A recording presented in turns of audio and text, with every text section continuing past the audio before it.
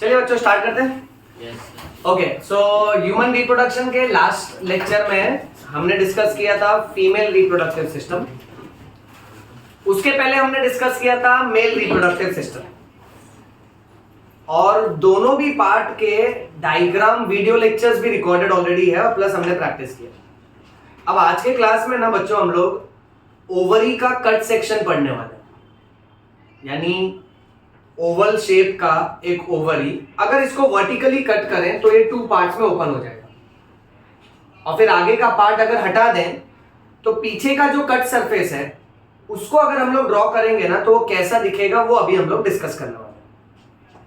ये डायग्राम थोड़ा कॉम्प्लिकेटेड है, तो अभी फिलहाल आप लोग सिर्फ इसको नोटिस करो, पॉइंट्स ऑब्जर्व करो, और फिर आने वाले लेक्चर में ये डायग्राम आप लोग वन टाइम ड्रॉ करके आना। अनफॉर्चुनेटली ये डायग्राम जो एनसीईआरटी में दिया है और बाकी बुक्स में दिया है ये इतना कंप्लीट नहीं है, सो इसके एक्चुअल नेमिंग और सारे डिटेल्ड पार्ट्स मैं आपको अच्छे से अभी बोर्ड पे करवा दूंगा बेटा। और ये डायग्राम फिनिश करने के बाद ये प्रोबेबली बायोलॉजी का one of the toughest diagram होगा, क्योंकि इसमें नेमिंग बहुत सारा है बेटा। ठीक है, अभी किसी को कुछ ड्रॉ नहीं करना है, खाली नोटिस करते जाना है। इस पूरे प्रेजेंटेशन को फिनिश करने के बाद फिर हम लोग जाएंगे एक अलग कॉन्सेप्ट पे, दैट इज गैमेटोजेनेसिस। गैमेटोजेनेसिस में हम लोग डिस्कस करेंगे कि मेल गैमेट कैसे फॉर्म होता है और फीमेल गैमेट कैसे फॉर्म होता है। वो पार्ट ना बहुत इजी है, वो भी लेंदी है बट बहुत इजी और बहुत सुपर पार्ट है बेटा।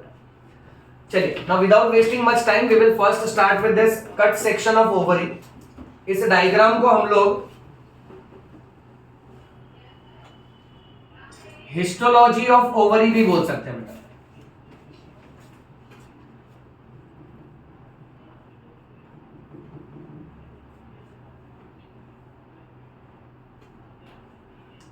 नाउ हिस्टोलॉजी का मतलब होता है स्टडी ऑफ टिश्यू। जैसे बच्चों साइटोलॉजी स्टडी ऑफ सेल, वैसे हिस्टोलॉजी का मतलब होता है स्टडी ऑफ टिश्यू। अब ये डायग्राम कभी भी आप ड्रॉ करोगे ना तो सबसे पहले यहां पे अप्रोक्सीमेटली ओवल शेप का ओवरी रफली इस तरीके से ड्रॉ करना है। अब इसके बाहर की तरफ यहां पर क्यूबॉइडल एपिथेलियम ड्रॉ करेंगे।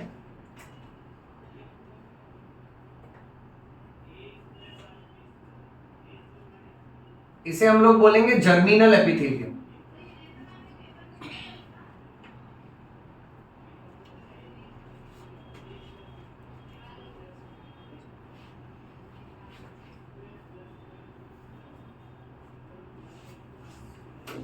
अच्छा बच्चों, एकदम पेशेंस के साथ इसको ध्यान से देखना।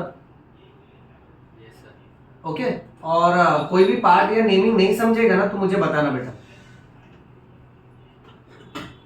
मैं इसको ना फास्ट ड्रॉ करके खराब नहीं करना चाहता, इसको अच्छे से ड्रॉ करते हैं बेटा। ठीक है, अब ये सब के सब क्यूबॉइडल एपिथेलियम है, इसको जर्मिनल एपिथेलियम बोलते हैं। रूल ऐसा है कि सबके अंदर अपने को न्यूक्लियस दिखाना पड़ेगा।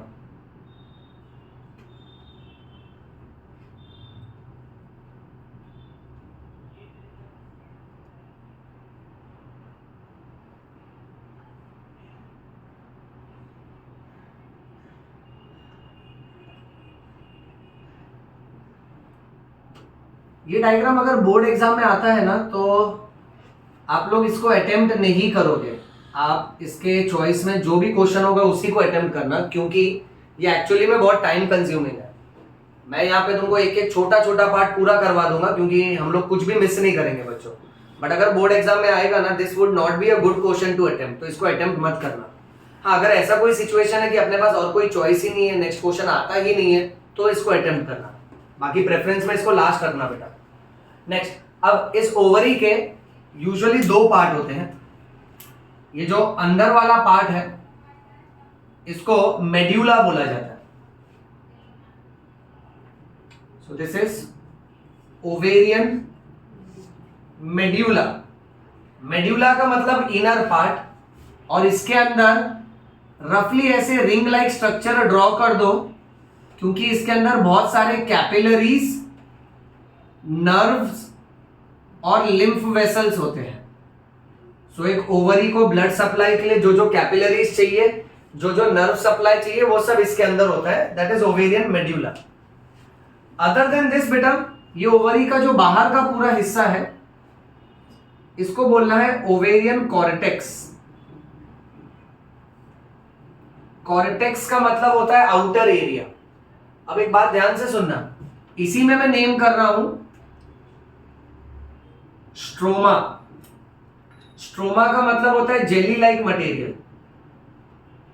देखो देखने में ऐसा लग रहा है सर ये तो दोनों नेमिंग सेम किया। अब बात ऐसी है कि ये जो जगह है ये कॉर्टेक्स है और इसमें जो जेली लाइक मटेरियल भरा है इसको बेटा हम लोग स्ट्रोमा बोलेंगे। ये समझा? ओके। अब अगली बात ये है कि ओवरी के अंदर ना फीमेल में जब ओवम बनता है तो ये ओवम ग्रुप ऑफ सेल्स के अंदर होता है। इस ग्रुप ऑफ सेल्स को फॉलिकल्स बोलते हैं। तो अभी हम लोग इसको कुछ इस तरीके से दिखाएंगे कि शुरुआत में एक छोटा सा फॉलिकल है, दैट इज प्राइमोर्डियल फॉलिकल। थोड़ा बड़ा हो जाता है प्राइमरी फॉलिकल, और बड़ा हो जाएगा secondary follicle, then it becomes tertiary follicle and finally it becomes Graafian follicle. फिर ये ग्राफियन फॉलिकल जो है ये अल्टीमेटली ब्रेक होगा और इसमें से ओवम रिलीज होगा बाहर की तरफ।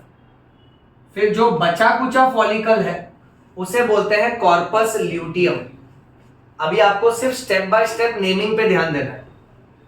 फॉलिकल का मतलब ग्रुप ऑफ सेल्स। मैं ये डायग्राम थोड़ी देर में भर देने वाला हूं, आप खाली इतना देखो कि ये पूरा जो बॉल ऑफ सेल है ये है प्राइमोर्डियल फॉलिकल।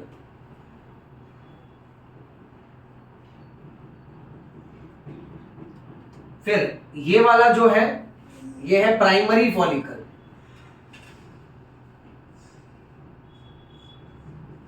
अच्छा मेरा बेटा इसके ऊपर ये जो है इसे हम लोग बोलेंगे सेकेंडरी फॉलिकल। फिर ये वाला है टर्शियरी फॉलिकल।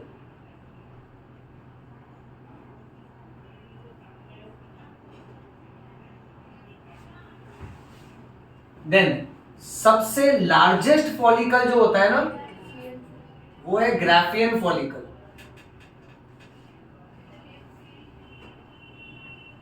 अब ग्राफियन फॉलिकल जब ब्रेक हो जाता है तो ये वाला जो ब्लीडिंग वाला पार्ट है इसे बोलते हैं कॉर्पस हीमोरैजिकम। देखो हेमोरेज का मतलब होता है ब्लीडिंग। अगर आपने सुना कोई मान लेते हैं बिल्डिंग से गिर गया, उसके सिर के अंदर चोट लगी और खून निकल रहा है अंदर ही अंदर, तो ब्रेन हेमोरेज। सो हेमोरेज का मतलब ब्लीडिंग। अब ये वाला पार्ट ब्रेक होगा इसलिए इसको बोला है कॉर्पस हेमोरैजिकम, तो उसमें से थोड़ा ब्लीडिंग भी होगा। फिर ये जो बनता है इसे बोलते हैं कॉर्पस ल्यूटियम। और इसके बाद एक और पार्ट बनता है जिसे बोलते हैं कॉर्पस अल्बिकन्स। बच्चों खाली इस वाले पार्ट में ना, स्टार्टिंग वाले पार्ट में, ठीक है, बिना किसी इंटरप्शन के थोड़ा ध्यान से सुनना है। शायद थोड़ा और स्लो जाएगा, मैं ड्रॉ करूंगा, टाइम भी लगेगा, थोड़ा सा बोरिंग भी हो सकता है, बट एक एक पॉइंट सुनो ध्यान से। नहीं तो क्या है ना, ये तुम टेक्स्ट बुक पढ़ोगे ना, एक पैराग्राफ में निपटा दिया इसको, ओके, फिर वो बराबर से कनेक्ट नहीं होगा। अब यहाँ पे अवस्थी सर ने क्या किया है, कोई एरो नहीं दिखाया क्योंकि प्राइमोर्डियल फॉलिकल के अंदर भी जो सेल्स है ना उसका नेमिंग करूंगा। तो ये पूरा जो बॉल है ये प्राइमोर्डियल फॉलिकल है, तो ये सिर्फ टाइटल है बेटा, इसको मैं अंडरलाइन कर देता हूं।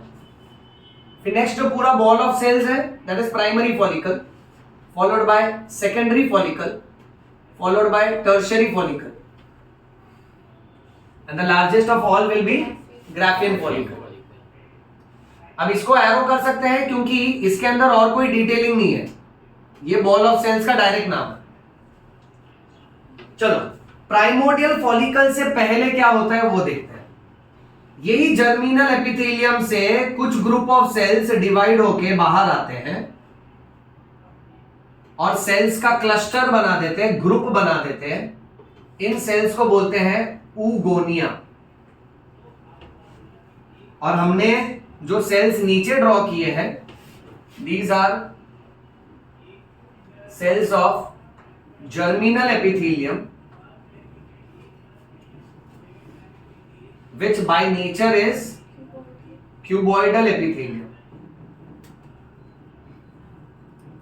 देखो जो बच्चे बोर्ड्स के हिसाब से टारगेट कर रहे हैं ना, तो उनका पहले एकदम क्लियर कर देता हूं। तुमको है ना सब कुछ याद करना जरूरी नहीं है, तुमको सिर्फ इतना याद रखना है कि ये जो कॉर्पस ल्यूटियम है ना, ये बहुत इंपॉर्टेंट है, क्योंकि इसमें से प्रोजेस्टेरोन नाम का हार्मोन निकलता है।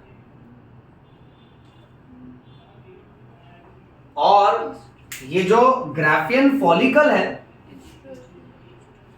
इसमें से ईस्ट्रोजन निकलेगा बेटा, बट वो भी ग्राफियन फॉलिकल के इनर वाले लेयर से।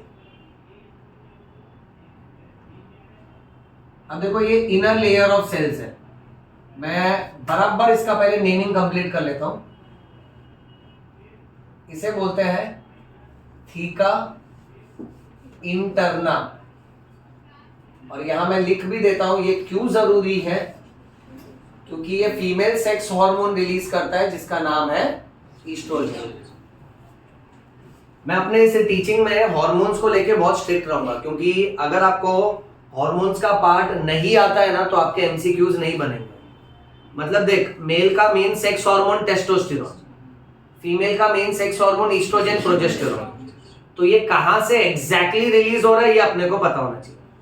अब हम लोग ने देखा कि फीमेल में ईस्ट्रोजन और प्रोजेस्टेरोन, ईस्ट्रोजन जो है वो ग्राफियन फॉलिकल के थीका इंटरना से रिलीज होता है। Let us respect the rule, since these are cells, so they will have nucleus.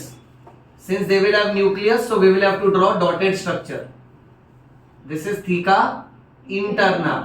Similarly, बाहर की तरफ यहां भी ग्रुप ऑफ सेल्स होंगे, जिसको हम लोग डॉटेड लाइन से दिखा देते हैं, क्योंकि इतना इंपॉर्टेंट नहीं है।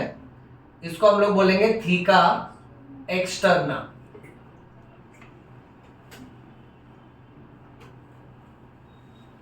ओके, अब बोर्ड्स के बच्चों को इतना तो मालूम होना चाहिए कि फीमेल का प्रोजेस्टेरोन नाम का हार्मोन कॉर्पस ल्यूटियम से रिलीज हो रहा है, और फीमेल का ईस्ट्रोजन नाम का हार्मोन थीका इंटरना से निकलता है। सिमिलरली मेल्स का जो टेस्टोस्टेरोन नाम का हार्मोन है, जब हमने टेस्टिस का कट सेक्शन पढ़ा था, पता है बीच में एक बड़ा सर्कल बनाया था सेमिनिफेरस ट्यूब्यूल, आजू बाजू में आधे आधे सेमिनिफेरस ट्यूब्यूल बनाए थे, और दो सेमिनिफेरस ट्यूब्यूल के बीच में ग्रुप ऑफ सेल्स बनाए थे। इन सेल्स को बोलते हैं Leydig cells, also called as interstitial cells. इन सेल्स में से मेल सेक्स हार्मोन टेस्टोस्टेरोन निकलता है।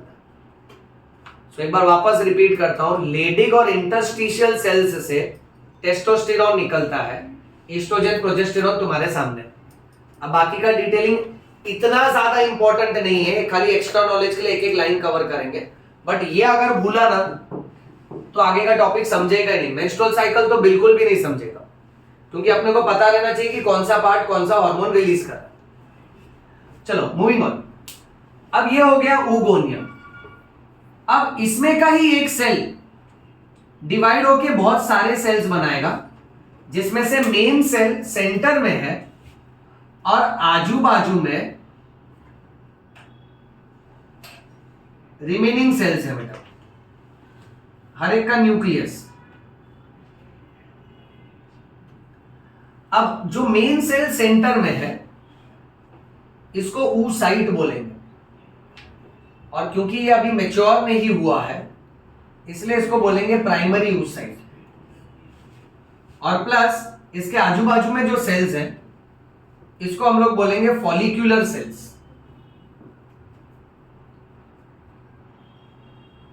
अब मेरा बेटा ध्यान से देखना, ये पूरा बॉल प्राइमोर्डियल फॉलिकल है, और उसके अंदर का डिटेलिंग मैंने अलग से नेम किया एरो के साथ। इसको कोई एरो नहीं लगाया क्योंकि ये तुमको समझ लेने का कि ये भाई ये पूरा है।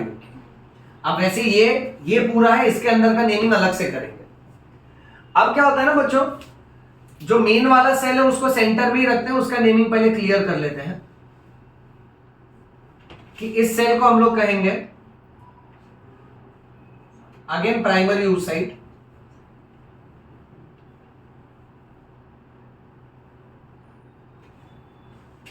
और इसके आजू बाजू में जो सेल्स हैं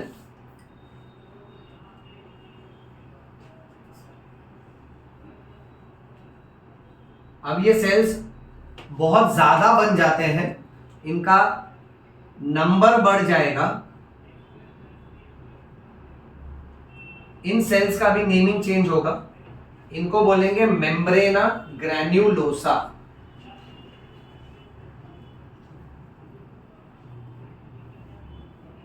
So these are cells of membrana granulosa। फिर ऊपर की तरफ सेकेंडरी फॉलिकल है।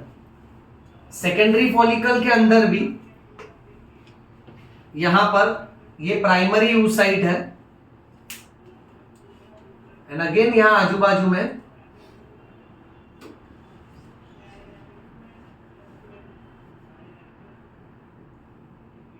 इसको पूरी तरह से भर देना बेटा, और रूल के हिसाब से न्यूक्लियस दिखा देना।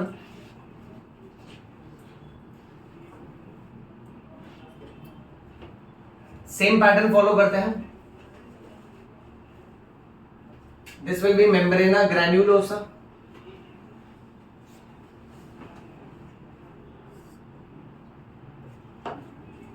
और ये सेंटर में जो है वो है प्राइमरी oocyte। ये सब लोग यहां ध्यान से देखो, भले ये सेकेंडरी फॉलिकल है बट अंदर जो बैठा है वो कौन है? Primary oocyte। अब टर्शरी फॉलिकल से थोड़ा सा गेम अलग है। यहां सेंटर में जो सेल है ये अब सेकेंडरी oocyte कहलाता है, प्लस इसमें एक कैविटी बन जाती है, उसमें पानी भरा रहता है बेटा। तो जो मेन बात है पहले उसका नेमिंग कर लेते हैं। इस कैविटी को एंट्रम बोलते हैं। सो दिस इज एंट्रम कैविटी, और इसके अंदर जो पानी भरा है उसे बोलते हैं लिकर फॉलिक्यूलाई। लिकर यानी लिक्विड, फॉलिकल के अंदर जो लिक्विड है उसको बोलते हैं लिकर फॉलिक्यूलाई। अच्छा, where is coming back to this naming, this will be secondary oocyte।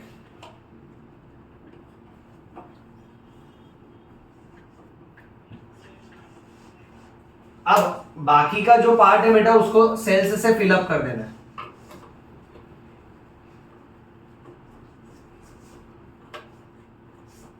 अब जो जो बनाते जा रहा हूं उसका नेमिंग करते जाऊंगा बेटा।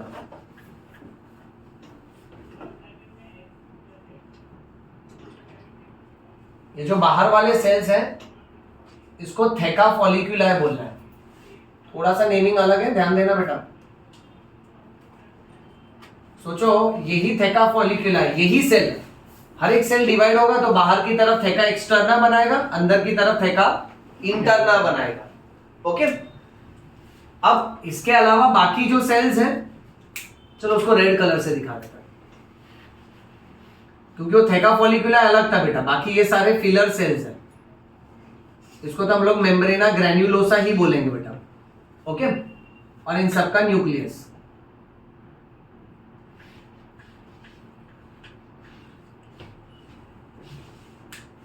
अब ग्राफियन फॉलिकल की स्पेशलिटी क्या है मालूम है? कि फीमेल का ये सबसे लार्जेस्ट फॉलिकल होता है, और ये ग्राफियन फॉलिकल में जो मेन ओवम बनने वाला है ना, वो सेल यहां पर है।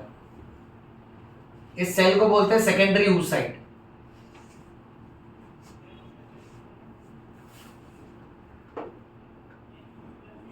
नेक्स्ट,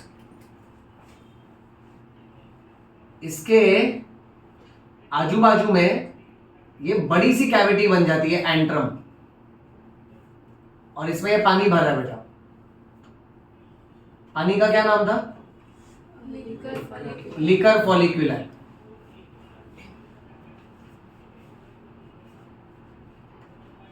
ये वाला नेमिंग मैं यहीं पे ले लेता हूं क्योंकि ये कंजेस्टेड हो जाएगा बेटा। So this will B antrum with yes liquor follicular।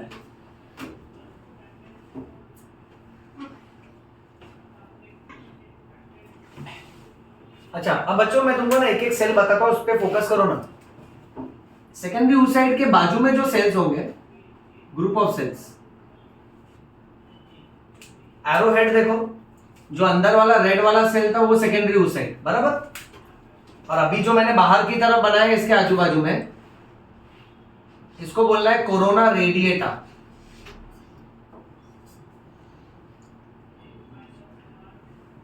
पूरे लेक्चर का ना खाली ये वाला एक पार्ट थोड़ा सा ऐसा ड्राई जैसा है क्योंकि इसका डिटेलिंग बहुत है बच्चों। बट ये अगर तुमको एक बार कान पे पड़ गया ना कि अच्छा ये पार्ट को ये बोलते हैं, इसको ये बोलते हैं, तो आगे ये बहुत फ्लेक्सिबली भी यूज किया जाता है। फटाफट ना ऐसे टर्म्स बहुत इजीली यूज किए जाते हैं कि भाई कोरोना रेडिएटा सेल्स है, उसमें से ये केमिकल निकल रहा है, तो आपको तुरंत याद आना चाहिए अच्छा कोरोना रेडिएटा ये ग्राफिन फॉलिकल के अंदर जो मेन सेल था उसके आजू बाजू में। तो ऐसे छोटे छोटे डिटेलिंग्स बाद में बहुत काम आते हैं बेटा। Okay, so this is corona radiata. अब पॉइंट ऐसा है कि जो मेन सेल सेंटर में हुआ करता था अब वो एक कोने में आ गया और उसको पेरीफेरी के सेल्स से जोड़ने वाले ये जो ग्रुप ऑफ सेल्स हैं इसको बोलते हैं डिस्कस प्रोलीजेरस। बहुत सारे साइंटिस्ट इसको जर्म हिल्स भी बोलते हैं और मेडिकल लैंग्वेज में ले जाएंगे तो इसको क्यूमुलस उफोरिकस भी बोलते हैं, वैसा भी नाम है बट जितना 12th स्टैंडर्ड के लिए इंपॉर्टेंट है वो मैं मेंशन कर रहा हूं, डिस्कस प्रोलीजेरस और जर्म हिल। अब देखो बच्चों जैसे जैसे डायग्राम बढ़ते जा रहे हैं इसके नेमिंग कितने बढ़ रहे हैं। अगेंस्ट दिस अगर हम लोग टेक्स्ट बुक में देखेंगे ना, टेक्स्ट बुक में क्या है एक आध स्कैटर्ड नेम दे दिया है और फिर पैराग्राफ में प्रॉपर कॉन्सेप्ट की बात की है तो रिलेट नहीं हो पाता है कि कौन सा सेल किस में कन्वर्ट होता है। अब यहां आके ओवम रिलीज होगा तो ये जो मार्जिन है हम लोग ऐसा दिखाएंगे कि यहां से थोड़ा ब्लीडिंग होगा और यहां पर ये सेल रिलीज होगा, इस सेल को ओवम बोलेंगे। बट कितनी कमाल की बात है, जिसको हम लोग नॉर्मली ओवम बोलते हैं वो एक्चुअली में ओवम नहीं है, वो सेकेंडरी oocyte है। हमको स्कूल लेवल तक ये गलत पढ़ाया जाता है। हमको स्कूल लेवल में बोला जाता है कि ओवरी से ओवम निकला, उस प्रोसेस को ओव्यूलेशन बोलते हैं। वो एक कंप्लीटली हाफ नॉलेज है क्योंकि ये ओवम नहीं है, ये सेकेंडरी oocyte होता है। इनफैक्ट इसका एक और डिटेलिंग है, ये सेकेंडरी oocyte है, इसका ग्रोथ मेटाफेज 2 पे, पता है माइटोसिस मियोसिस होता है, हाँ मियोसिस में मियोसिस 1 मियोसिस 2 है, सो वैसे ही मेटाफेज 1 और मेटाफेज 2 होगा। सो ये सेकेंडरी oocyte है जिसका ग्रोथ मेटाफेज 2 पे रुक चुका होता है। एक जनरल बात सब लोग दिमाग में सेट करो, मैं आने वाले लेक्चर में इसको मस्त कनेक्ट करूंगा और टॉपिक को खींच लूंगा अच्छे से, कि ओवरी से कभी ओवम नहीं निकलता। हम लोग ओवम क्यों बोलते हैं, क्योंकि बोलने के लिए आसान लगता है।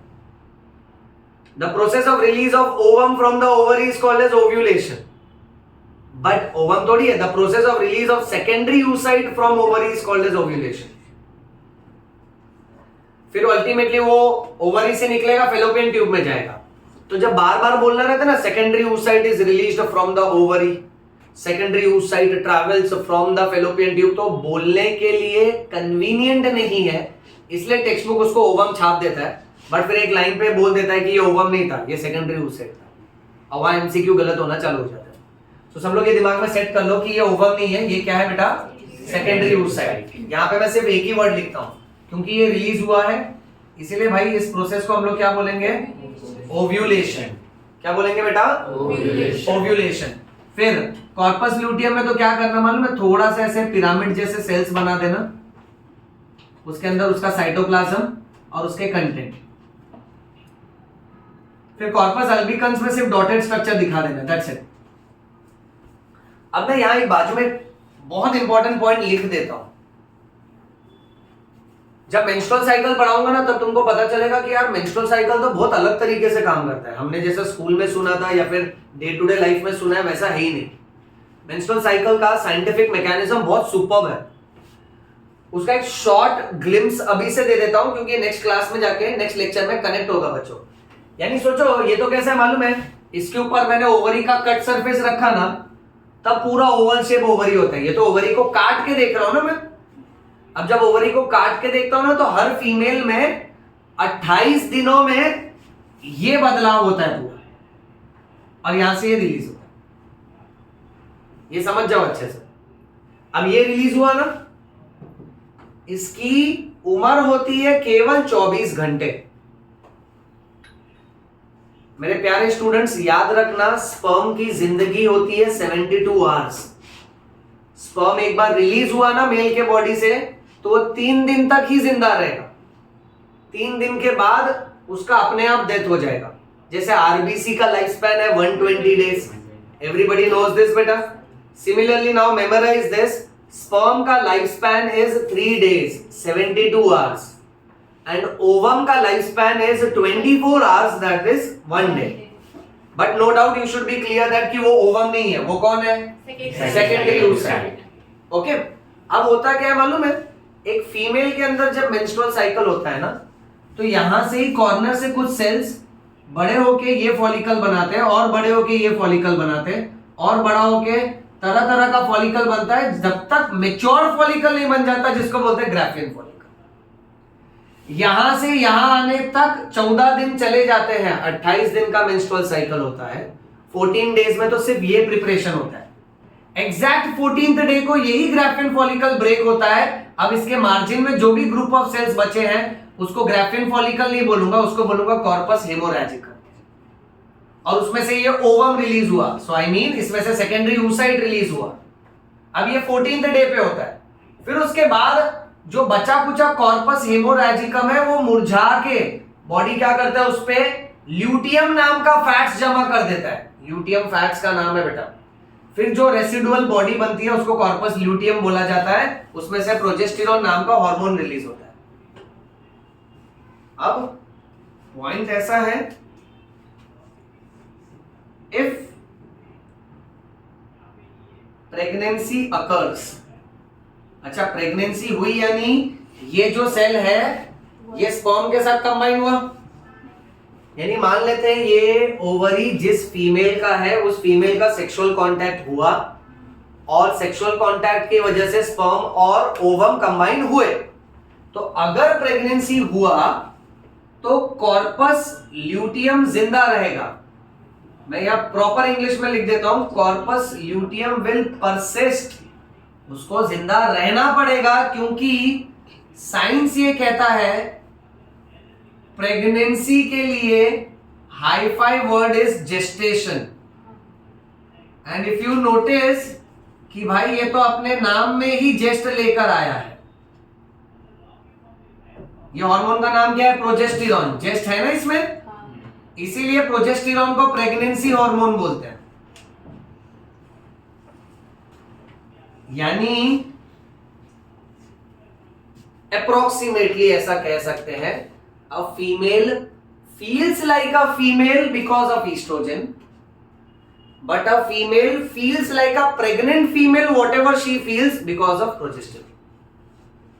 यानी नॉन प्रेग्नेंट वुमेन में जिसका प्रेगनेंसी नहीं है, सो एक फीमेल को जो फीमेल जैसा फीलिंग आता है ना वो एस्ट्रोजन की वजह से आता है। जैसे मेल को जो मेल जैसा फीलिंग आता है ना, मेल जैसा फीलिंग यानी बॉडी अपीयरेंस वाइज मुस्टैच है, बियर्ड है, ओके, ब्रॉड शोल्डर्स है, नैरो हिप्स है, hair growth on chest, hair growth on under arms and hair growth on reproductive parts, plus rough voice, और इसके साथ साथ behaviour wise aggressiveness, okay, behaviour wise ability to conquer things, ठीक है। जैसे एक मेल लायन कैसे अपना टेरिटरी कॉन्कर करता है, वैसे ये सारे कैरेक्टर्स मेल हार्मोन्स की वजह से होते हैं।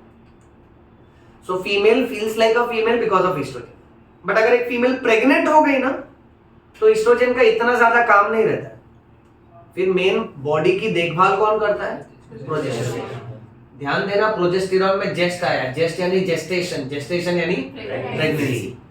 यानी अगर एक फीमेल प्रेग्नेंट हो जाती है ना तो प्रेगनेंसी के अनुसार शरीर में क्या क्या बदलाव आना चाहिए उसका देखरेख कौन करता है?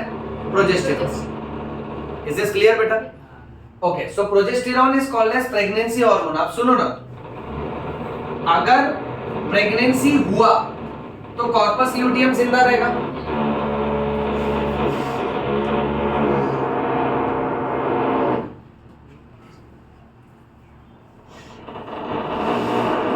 जब तक ये चल रहा है मैं लिख देता हूं।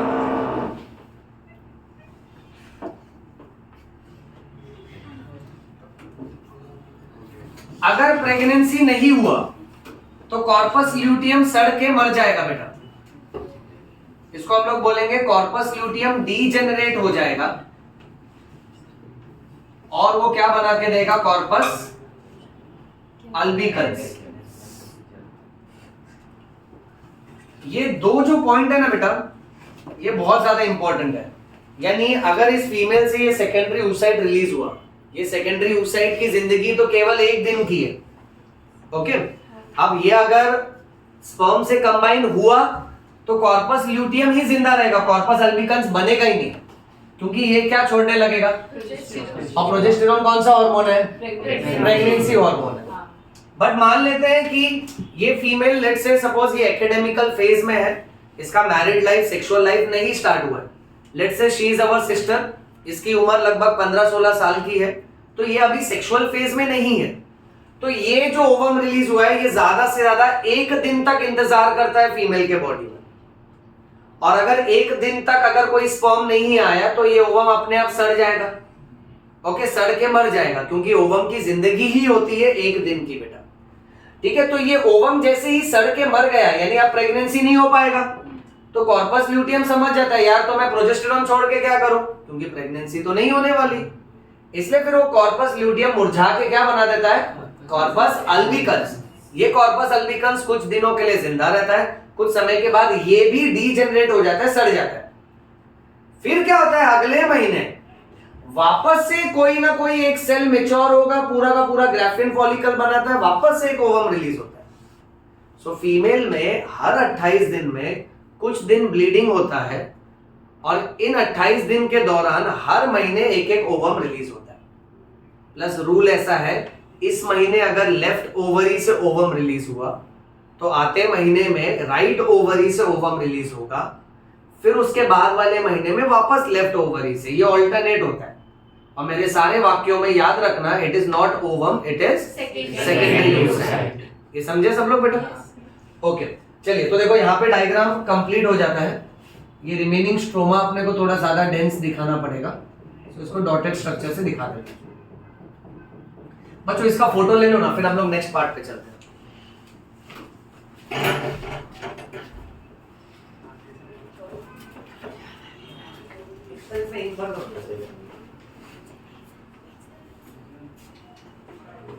ये लास्ट का 2 पॉइंट अच्छे से याद रखना बेटा।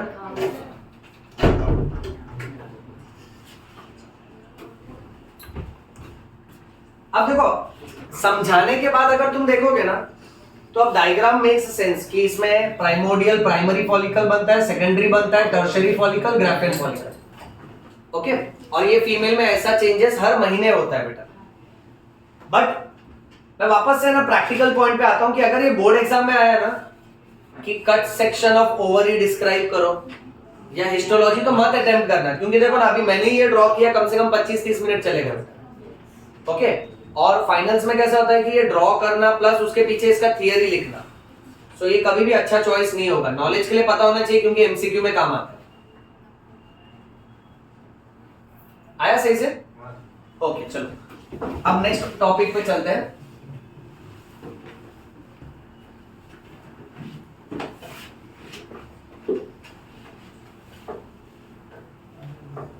आई रिमेम्बर जब हम लोग पढ़ा करते थे ना, ये डायग्राम तो स्किप मार देते थे, या तो फिर there comes a trend of teaching जहां पे इसको वो होता है ना ऑडियो विजुअल वाला style, and I as a teacher I belong to that orthodox teaching की जहां पे marker and chalk is very important, कि कभी भी वो टीचिंग को रिप्लेस नहीं कर सकता है कितना भी टेक्नोलॉजी आए। बिकॉज हमारे जो मेडिकल टीचर्स होते थे ना, जैसा डेड बॉडी को कट करने के बाद दिखता है कौन सा आर्टरी कौन सा नर्व, हर चीज मार्कर और चॉक से ड्रॉ किया करते थे। उनमें से हमारे 1-2 टीचर बहुत कमाल के थे, नो डाउट। फिर कुछ ऐसे भी टीचर्स थे उनमें से जो ऑडियो विजुअल प्रोजेक्टर यूज करते थे और सब चीज प्रोजेक्ट करते थे, but that is never a good biology teaching, because projector पे फोटोज फ्लैश करना और ऊपर से बात करना और उसको एग्जैक्टली ड्रॉ करके फिर ये बताना कि भाई ये क्या है। When you draw it, you know it better. When you see only a flash, it seems like कि अच्छा ठीक है एक मूवी की तरह देखा, फिर वो निकल जाता है दिमाग से। So इसलिए आप लोग भी है ना, देखो ये डायग्राम नेक्स्ट लेक्चर के लिए सब लोग इसको 1 टाइम ड्रॉ करेंगे, हाँ ठीक है। घर पे इसको एक बार सब लोग प्रैक्टिस करना, उसके बाद हम लोग साल भर इसको नहीं ड्रॉ करेंगे, क्योंकि अपने को क्वेश्चन अटेम्प्ट नहीं करना है। हम लोग 1 टाइम क्यों ड्रॉ कर रहे हैं, ताकि हम लोग एटलीस्ट सारे टर्म्स से वाकिफ रहे, ओके। चलिए आगे बढ़ते हैं, एक छोटा टॉपिक पहले कवर कर लेता हूं। That is called as mammary gland. अब बच्चों तुम लोग बिलीव नहीं करोगे, अभी जो नेक्स्ट पार्ट में प्रेजेंटेशन करूंगा ना, इसमें नॉलेज बहुत सारा है, मतलब कंटेंट बहुत बहुत ज्यादा है, बट ये बहुत इजी है क्योंकि हर लाइन का जो मीनिंग है ना वो आपको रिलेट होगा बच्चों। अच्छा, मेमोरी ग्लैंड से स्टार्ट करते हैं। एनसीईआरटी कहता है कि mammary gland is also called as breast. Now as per NCERT, mammary gland structure के हिसाब से they are not a part of reproductive system, but function के हिसाब से they are a part of reproductive system. जब भी हम लोग रिप्रोडक्टिव सिस्टम कहते हैं, रिप्रोडक्टिव सिस्टम यानी जो रिप्रोडक्टिव एरिया में है, यानी any structure which is near your thighs, जिसका रिप्रोडक्शन से कोई ना कोई लेना देना है, या तो वो आपको सेक्सुअल कांटेक्ट में हेल्प करेगा या तो वो आपको गैमेट्स बना के देगा। बट अगर ब्रेस्ट की बात करें तो स्ट्रक्चर के हिसाब से ये रिप्रोडक्टिव एरिया से काफी दूर है, बट फंक्शन के अनुसार ये रिप्रोडक्टिव सिस्टम का हिस्सा है, क्योंकि बच्चे के जन्म के बाद रादर हम सब ने हमारे लाइफ में पहला नरिशमेंट मदर्स का ब्रेस्ट फीडिंग के थ्रू ही ऑब्टेन किया है। ओके, इसीलिए फंक्शन के हिसाब से breast is very important in reproductive system. अब बच्चों इसमें बात ऐसी है, अगर ऐसा लाइन आया है ना बायोलॉजी में कि mammary glands are present in male, female, both और नन, लाइन सुनना ध्यान से। सो बायोलॉजी ये कहता है कि mammary gland is present in both male and female, but ऐसा अगर लाइन आया mammary gland is functional only in, so we have to select female. Am I clear? There is a word called as vestigial, also called as rudimentary, also called as non-functional. यानी mammary glands males में functional नहीं है, but males में mammary glands present होता है। The area of the chest with a nipple, that entire area is called as mammary gland, but it is functional only and only in females.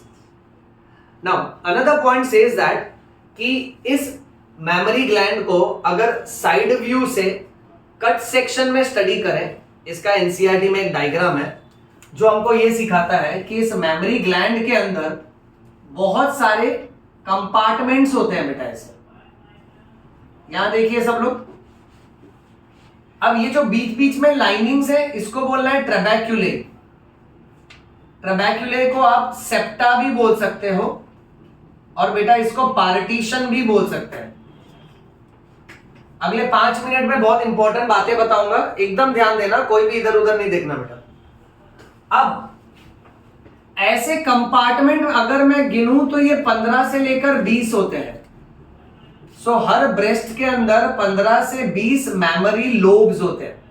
एक एक part को memory lobes बोलेंगे, और इस memory lobes के अंदर बहुत सारे छोटे छोटे बलून लाइक स्ट्रक्चर होते हैं जिसको एल्वियोलाई बोलते हैं। एल्वियोलाई वर्ड सुना सुना सा लग रहा है, सोचो एल्वियोलस लंग्स के अंदर का भी बलून लाइक स्ट्रक्चर है। हमारे जॉ बोन में जो सॉकेट होता है, जो खड्डा होता है, उसको भी एल्वियोलस बोलते हैं। सो एल्वियोलस ह्यूमन बॉडी में 3 जगह पे है। लंग्स के अंदर जो बलून लाइक स्ट्रक्चर है वो भी एल्वियोलाई, मेमोरी ग्लैंड्स के अंदर जो बलून लाइक स्ट्रक्चर है वो भी एल्वियोलाई, और हमारे अपर जॉ और लोअर जॉ में जो सॉकेट है उसको भी एल्वियोलाई बोलते हैं। सब लोग यहां देखना बेटा। अब मान लेते हैं सपोज फॉर एग्जांपल ऐसे 3 एल्वियोलस है बेटा, यहां पर एक एल्वियोलस, बहुत सारे एल्वियोलस मिलकर अल्टीमेटली इसके अंदर मिल्क प्रोडक्शन होता है बेटा।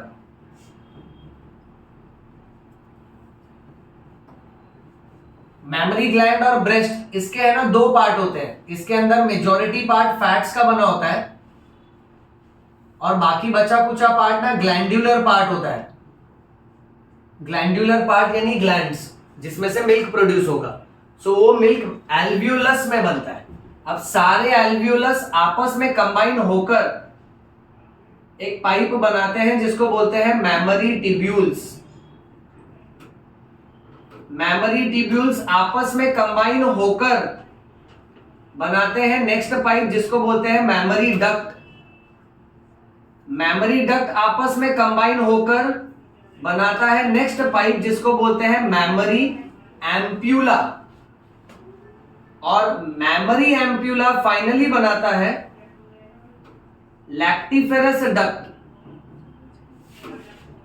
और ये लैक्टिफेरस डक्ट जाके टिप पे ओपन होता है जिसको कहते हैं निप्पल। नाउ बच्चों, नीट का ना ये स्टाइल है, नीट क्या करता है मालूम है, ऐसे टाइप के क्वेश्चन डालता है which is the correct sequence inside the breast. Sequence तो पहला ऑप्शन देगा मैमरी डक्ट, फिर memory tubules, memory ampulla, lactiferous duct. फिर एक ऑप्शन नेक्स्ट रहेगा जिसमें लिखा रहेगा memory ampulla, memory tubules, memory duct, lactiferous duct. फिर एक ऑप्शन रहेगा memory tubules, memory duct, memory ampulla, lactiferous duct. आप समझ रहे हो मैं क्या कह रहा हूं? यानी वर्ड्स के सीक्वेंस को बदल देगा अलग अलग, और अपने को याद रखना है कि सबसे पहले एल्वियोलस के बाद मैमरी ट्यूब्यूल बनता है, ये ज्वाइन होके मैमरी डक्ट बनाता है, ये ज्वाइन होके मैमरी एम्प्यूला, और फाइनली ये लोग सब यूनाइट होके बनाते हैं लैक्टिफेरस डक्ट, और ये ओपन होता है निप्पल में। नाउ एक ब्रेस्ट में जो टिप रहेगा that is called as nipple, but nipple के आजू बाजू का जो स्किन है उसे कहना है एरियोला। इसको क्या कहना है बेटा? एरियोला। अब एक नॉलेज वाली बात यह है बच्चों कि मिल्क प्रोडक्शन जो है ना, ये हार्मोन्स के कंट्रोल में होता है। एक हार्मोन है जिसका नाम है प्रोलैक्टिन, इसका काम है मिल्क सिक्रीशन। यहां देखो सब लोग, दूसरा एक और हार्मोन है बेटा जिसका नाम है ऑक्सीटोसिन। ऑक्सीटोसिन को पिटोसिन भी बोलते हैं, इसे बर्थ हार्मोन भी बोलते हैं, और इसका काम है मिल्क इजेक्शन।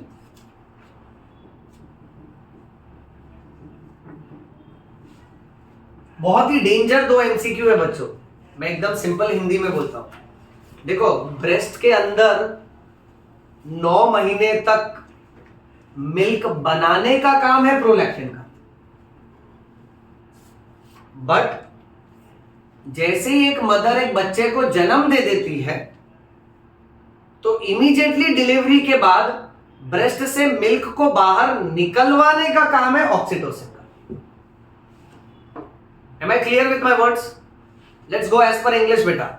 अब मिल्क सीक्रीशन यानी अंदर ही अंदर सीक्रेट करना, और मिल्क इजेक्शन यानी अंदर जो फॉर्म हुआ है उसको बाहर रिलीज करवाना। अब पॉइंट ऐसा है कि ऑक्सीटोसिन का दूसरा नाम है पिटोसिन, इसका तीसरा नाम है बर्थ हार्मोन, क्योंकि इस हार्मोन की वजह से ही मदर को लेबर पेन आता है। यूटरस का जो मिडल वाला लेयर है जिसे कहते हैं मायोमेट्रियम, वो मायोमेट्रियम सिर्फ मसल्स का बना होता है, वो अपने आप में स्मूथ मसल्स है जो इनवॉलेंट्री है, हमारे कंट्रोल में नहीं है। मैं चाहकर उसको कॉन्ट्रैक्शन नहीं करवा सकता, वो तभी कॉन्ट्रैक्ट करेगा जब ये हार्मोन रिलीज होगा। सो ऑक्सीटोसिन क्या करता है, जोरदार कॉन्ट्रैक्शन करवाता है जिसकी वजह से मदर को पेट में दर्द महसूस होता है, इसको हम लोग लेबर पेन बोलते हैं। तो सोचो, ये हार्मोन का 2 काम है, एक तो पहले ये डिलीवरी करवा के देगा, और डिलीवरी हो जाएगी ना उसके बाद ये ब्रेस्ट में से मिल्क रिलीज करवा के देगा। इतना समझा? अच्छा, तुमको थोड़ा और हाई लेवल बताता हूं जो एनसीईआरटी में नहीं है। बच्चों, कई बार कैसा होता है मालूम है, कुछ कुछ वुमेन के 9 महीने हो चुके होते हैं, प्रेगनेंसी का समय समाप्त हो चुका है, फिर भी उनको लेबर पेन नहीं आता। जैसे हम डे टू डे लाइफ में सुनते हैं कि यार प्री मेच्योर डिलीवरी होती है, किसी का जन्म 7वें महीने में हो गया, तो कोई 8वें महीने में जन्म ले लिया, तो कोई 6वें महीने में जन्म ले लिया। इसको बोलते हैं प्री मेच्योर डिलीवरी, यानी 9 महीने की जो टाइम ड्यूरेशन है उससे पहले जन्म हो गया। वैसे ही बच्चों पोस्ट मेच्योर भी होता है, यानी 9 महीने हो चुके हैं, 9 महीने 7 दिन, 9 महीने 10 दिन, 9 महीने 12 दिन, फिर भी मदर को पेन नहीं हो रहा है। तो ऐसे में डॉक्टर्स क्या करते हैं ना, जब बेबी पूरी तरह से रेडी हो चुका है फिर भी लेबर पेन नहीं हो रहा है, तो आर्टिफिशियल लेबर पेन लाया जाता है, क्योंकि डॉक्टर्स के पास ऑक्सीटोसिन का इंजेक्शन होता है। मदर को हॉस्पिटल में एडमिट करके ग्लूकोज और सलाइन की बोतल में ये इंजेक्शन मार दिया जाता है, और ये इंजेक्शन मारते ही फिर मदर को आर्टिफिशियल पेन चालू हो जाता है। प्लस एक और स्टोरी सुनो। अब सपोज फॉर एग्जांपल एक वुमेन आती है डॉक्टर के पास, कहती है कि मैं प्रेग्नेंट हूं, मुझे ना ये बच्चा नहीं चाहिए, मतलब मुझे एबॉर्शन करवाना है, प्रेगनेंसी को टर्मिनेट कर देना है। तो उसका भी सेम स्ट्रैटेजी है। One of the method of abortion is doctor lady को एडमिट करेगा, ग्लूकोज का बॉटल लगवाएगा, ऑक्सीटोसिन इंजेक्शन उसमें डाल देगा। अब सोचो जो दर्द उसको 9वें महीने पे आना चाहिए, जिसकी वजह से वो बच्चे को जन्म देगी, वो दर्द अभी ही आ गया। तो अंदर बच्चे के जितने भी सेल्स होंगे, बॉल ऑफ सेल्स होंगे, वो कॉन्ट्रैक्शन की वजह से वजाइना से रिलीज हो जाते हैं और वजाइना से ब्लीडिंग होने लगती है। इसे हम लोग बोलते हैं इंड्यूस्ड एबॉर्शन, यानी जबरदस्ती का करवाया गया एबॉर्शन, क्योंकि वो फीमेल की चॉइस थी, उसको प्रेगनेंसी नहीं कंटिन्यू करना। सो कभी भी लाइफ में इस हार्मोन को भूलना मत, ये बहुत डेंजर इंपॉर्टेंट है, ऑक्सीटोसिन। सब लोग ये याद रखते हैं लेकिन उनको दूसरा नाम नहीं याद रहता है। इसका दूसरा नाम है पिटोसिन, इसका तीसरा नाम बन रहा है बर्थ हार्मोन। अच्छा, एक और जनरल बात बोलता हूं। जब मैं एज अ डॉक्टर हॉस्पिटल में फीमेल वार्ड्स में पोस्टेड था, ओके, सो फीमेल वार्ड्स के एनवायरनमेंट में ढलने के लिए टाइम लगता है। स्टार्टिंग का 3-4 दिन आपको अनकंफर्टेबल लगेगा, जस्ट बिकॉज वो थोड़ा जेंडर डिफरेंस होता है एज अ मेल स्टार्टिंग में, क्योंकि वहां देखो सारी पेशेंट्स फीमेल, नर्सेस भी फीमेल, मौसी भी फीमेल, रिलेटिव्स भी ज्यादातर फीमेल्स ही आते हैं, मेल्स ज्यादा एंट्री नहीं करते वहां पे। तो वहां पे जब तुम एज अ जूनियर डॉक्टर हो ना, तो वहां तुमको स्टार्टिंग में थोड़ा ऑड लगता है। हाँ, बट वहां अगर तुमको कोई अच्छा टीचर मिल गया, अच्छा सीनियर मिल गया ना, जो तुमको जा जाके सिखाएगा सब कुछ, एक एक चीज बताएगा, ये इंजेक्शन क्यों है, ये टाइम पे क्या करना है, तो बहुत बहुत बहुत कमाल का होता है फीमेल वार्ड, सीखने लायक बहुत कुछ होता है। अब इसमें एक बात ये देखी जाती है, जैसा हम लोग डे टू डे लाइफ में सुनते हैं वैसा नहीं होता है। जब एक फीमेल बच्चे को जन्म देती है ना, तो नर्स क्या करती है, बच्चे को उसका पहले चेकअप वगैरह होता है, फिर वो बच्चे का अम्बिलिकल कॉर्ड ये सब कट चुका होता है, फिर उसको क्लीन करती है, वजन ये सब निकालती है, फिर वो बच्चे को वैसे का वैसे ही मदर के ब्रेस्ट पे रख दिया जाता है। डिलीवरी के कुछ टाइम बाद मदर का मिल्क इजेक्शन स्टार्ट होता है, इसको बोलते हैं मिल्क इजेक्शन रिफ्लेक्स। आप बिलीव नहीं करोगे, डिलीवरी के बाद कोई लेडीज में टाइम लगता है, कुछ घंटे लगते हैं, कुछ मिनट लगता है, तो बच्चे को ना मदर के ब्रेस्ट पे रखा जाता है, वो बच्चा क्या है, निप्पल सक करना स्टार्ट करता है, तुरंत मिल्क नहीं रिलीज होता है। सो बहुत सी फीमेल्स नर्वस हो जाती है कि अरे यार मुझे मिल्क रिलीज नहीं हो रहा है। तो इसमें कोई घबराने की बात नहीं है, आप फीडिंग कंटिन्यू करो, कुछ मिनट या कुछ टाइम के बाद अपने आप मिल्क इजेक्शन स्टार्ट हो जाएगा। बट एक बार मिल्क इजेक्शन स्टार्ट हो गया ना, अब अपने को जनरल पॉइंट ये याद रखना चाहिए कि हर मदर को एटलीस्ट 6 महीने के लिए तो अपने बच्चे को ब्रेस्ट फीड करना चाहिए।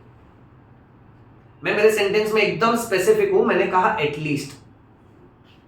फिर उसके बाद मान लेते हैं अगर बच्चा 8 महीने, 9 महीने या 10 महीने, 1 साल, 1.5 साल, 2 साल तक दूध पीता है, कोई प्रॉब्लम नहीं है, वो डिमांड फीडिंग होती है। अगर बच्चा डिमांड करता है, मदर कंफर्टेबल है तो फीड कर सकती है, बट मदर को कम से कम मिनिमम कितने महीने तक दूध पिलाना चाहिए? 6 मंथ्स तक, ये कंपलसरी है बच्चों। मैं ना ये टॉपिक जब आगे बढ़ाऊंगा ना, तो ये 6 मंथ्स वाला पॉइंट देखो कहां लेकर आऊंगा, जब हम लोग बर्थ कंट्रोल की बात करेंगे तब ये पॉइंट काम आएगा। अभी ये फिलहाल सिर्फ इतना याद रखना कि हर मदर को कम से कम 6 महीने के लिए अपने बच्चे को दूध पिलाना चाहिए। अच्छा, अब अगली बात इतनी कमाल की है, जब एक मदर को मिल्क इजेक्शन स्टार्ट होता है ना, जब दूध निकलना स्टार्ट होता है, तब बच्चों शुरुआत में मिल्क नहीं रिलीज होता है, शुरुआत में एक येलो कलर का लिक्विड रिलीज होता है जिसे कहते हैं कोलोस्ट्रम। कोलोस्ट्रम जो है वो पहला पीले रंग का गाढ़ा दूध होता है। लॉजिक सुनना, बहुत जबरदस्त पॉइंट है। एक मदर ने अगर बच्चे को जन्म दिया तो पहली बात तुरंत दूध नहीं निकलेगा, वो जब बच्चा ब्रेस्ट पे रखा जाएगा, फिर कुछ टाइम के बाद मदर और बच्चे का क्या एक इमोशनल बॉन्डिंग बनता है, और वो बॉन्डिंग बहुत इमोशनल होता है, बहुत स्ट्रांग होता है। फिर out of those emotions only hormones release होते हैं और ऑक्सीटोसिन रिलीज होता है, फिर मिल्क इंजेक्शन चालू होता है। अब मदर ये नोटिस करेगी कि यार ब्रेस्ट में से जो निकल रहा है, मैंने तो पढ़ा था सुना था कि ब्रेस्ट में से तो दूध निकलना चाहिए, तो ये व्हाइट कलर का होना चाहिए। अब वो एक्सपीरियंस करेगी कि यार पीले रंग का पानी निकल रहा है, कहीं ऐसा तो नहीं मेरे ब्रेस्ट के अंदर इन्फेक्शन है, कहीं ऐसा तो नहीं ये पानी मेरे बच्चे को नुकसान पहुंचाएगा। कई बार तो ऐसा होता है कि जो सास होती है ना, वो बहू को बोलती है अरे अरे पीले रंग का पानी निकल रहा है, आप अपने ब्रेस्ट को स्क्वीज करो, वो पानी को पहले डिस्कार्ड करो, फेंक दो, फिर जब सफेद दूध निकलने लगेगा तब बच्चे को पिलाना चालू करो। बट यहां मेडिकल साइंस ये कहता है कि ये जो पीले रंग का पानी निकलता है इसको कोलोस्ट्रॉम बोलते हैं। कोलोस्ट्रॉम के अंदर IgA होता है, IgA को एंटीबॉडी ए बोलते हैं। एक एक पॉइंट लिख देता हूं ताकि कुछ भी मिस ना हो। IgA का फुल फॉर्म है इम्यूनोग्लोब्यूलिन अल्फा। ये अपने आप में एक तरह का एंटीबॉडी है, ये रेडीमेड एंटीबॉडी है। देखो जब बच्चा दुनिया में जन्म लेकर आया है ना, तो बच्चे की इम्यूनिटी बहुत कमजोर होती है। आप बिलीव नहीं करोगे, छोटे बच्चे जो 1 साल के अंदर की उम्र के हैं, 1 साल का बच्चा, 1.5 साल का बच्चा, 2 साल का बच्चा, 6 महीने का बच्चा, ये अक्सर बीमार क्यों पड़ता है? क्योंकि उसकी इम्यूनिटी कम है। और प्लस हमारे भारत का प्रैक्टिस, लोगों को ये जनरल अवेयरनेस नहीं होता है, and that is one of the reason why I love to do teaching, so that लोगों को एटलीस्ट ये अवेयरनेस हो। तुम लोग भी ये बात लोगों तक पहुंचाओ, और अच्छा है we are putting it on record also so that people will know. बहुत बहुत बहुत गलत होता है, बच्चे का इम्यूनिटी कम है, और प्लस हम क्या करते हैं हमारे कंट्री में, बच्चे के मुंह के नजदीक मुंह रख के बात करते हैं। एक बच्चे का जब जन्म होता है तो बच्चे को कम से कम लोग टच करने चाहिए, क्योंकि हमारे हाथ पे भी बहुत सारे जर्म्स होते हैं। डेटॉल का ऐड देखे हो ना, सर्कल बनता है, डॉट डॉट डॉट डॉट, हाँ तो ये पूरे बॉडी में ऐसा डॉट डॉट है बेटा। अब बच्चे को mostly mother, father, grandmother, grandfather, 3-4 जन हैंडल करो, ज्यादा लोग मत छुओ। इसलिए हॉस्पिटल का रूल होता है ज्यादा रिलेटिव्स को अलाउ ही नहीं करते, क्योंकि हर रिलेटिव आएगा वो क्या बोलेगा, ये मेरे को 2 मिनट उठाने देना, मेरे को खेलने देना, खिलौना है क्या? तो ये सबका मन करता है, बट ये गलत हो जाता है। आप सोचो, अब जो रिलेटिव आया हॉस्पिटल में, ठीक है, वो किसी और पेशेंट के बेड को टच करके आया, वो ट्यूबरकुलोसिस का पेशेंट, ठीक है, वो कहां से कितने लोगों को टच करके आया, कौन से ऑब्जेक्ट को टच करके आया, फिर वो बच्चे को टच करेगा तो गलत होगा ना। और बच्चे का इम्यूनिटी तो बहुत कमजोर होता है, तो बच्चे को ज्यादा लोग नहीं हैंडल करने चाहिए। आई रिमेम्बर दैट कि one of the delivery that we had seen, उसके इतने रिलेटिव्स थे ना, डिलीवरी रूम के बाहर ऐसा जो कांच जैसा सेक्शन रहता है ना, उसमें से देख रहे हैं। अब एक नर्स ने क्या किया, कर्टन डाल दिया, बिकॉज वो डिस्टर्बिंग होता है, डॉक्टर्स नहीं फोकस कर पाते ना, डॉक्टर्स को एक अपना पर्सनल स्पेस चाहिए रहता है ताकि वो अच्छे से काम करे। अब उससे बड़ी बात क्या निकली, जब डिलीवरी हो गया सब नॉर्मल था, नर्स गई बाहर, बोली चलो सर बाकी रिलेटिव को एटलीस्ट दिखा देती हूँ, तो उधर हस्बैंड भी खड़ा था तो उसको दिखाया। अब हस्बैंड पास किया अपनी मदर को, वो पास की अपने हस्बैंड को, ऐसा कर करके 10-15 लोग तक पास कर दिया बच्चा। फिर अंदर जो चाइल्ड स्पेशलिस्ट डॉक्टर आया, बोला हाँ दिखाओ पेशेंट किधर है, where is the newborn baby, उसका चेकअप करना है। तो नर्स ने बोले सर वो तो गया पूरा पैसेज लंबा पास कर दिया। अब वो डॉक्टर जो चिल्लाया है ना नर्स को, वहां पे और नर्सेस बाकी के डॉक्टर्स ये सब थे, वो नर्स को बहुत खराब लगा। बाद में हम लोग ने उसको समझाया, नर्स वो सर जो बोल रहे थे पॉइंट तो बराबर है ना, आपने हस्बैंड को दिया तो आपको वहां खड़े रहना चाहिए ना, हस्बैंड जब पास कर रहा था तो आपको रोक देना चाहिए था वहां पे। अभी देखो अपन जब हॉस्पिटल में काम करते हैं हम लोग तो रेगुलरली सैनिटाइज करते रहते हैं, क्योंकि रेगुलर इंटरवल्स पे सैनिटाइजर्स और ग्लव्स रहते हैं, कैप मास्क सब कुछ रहता है। वो हॉस्पिटल का डिसिप्लिन अपने को पता है, रिलेटिव को नहीं पता। अब ये पास कर करके 10-15 लोग पास कर लिए। Second common bad habit is मुंह के नजदीक मुंह रख के बात करते। कभी भी छोटे बच्चे से बात करते तो ऐसे ही बात करते, करेक्ट ना?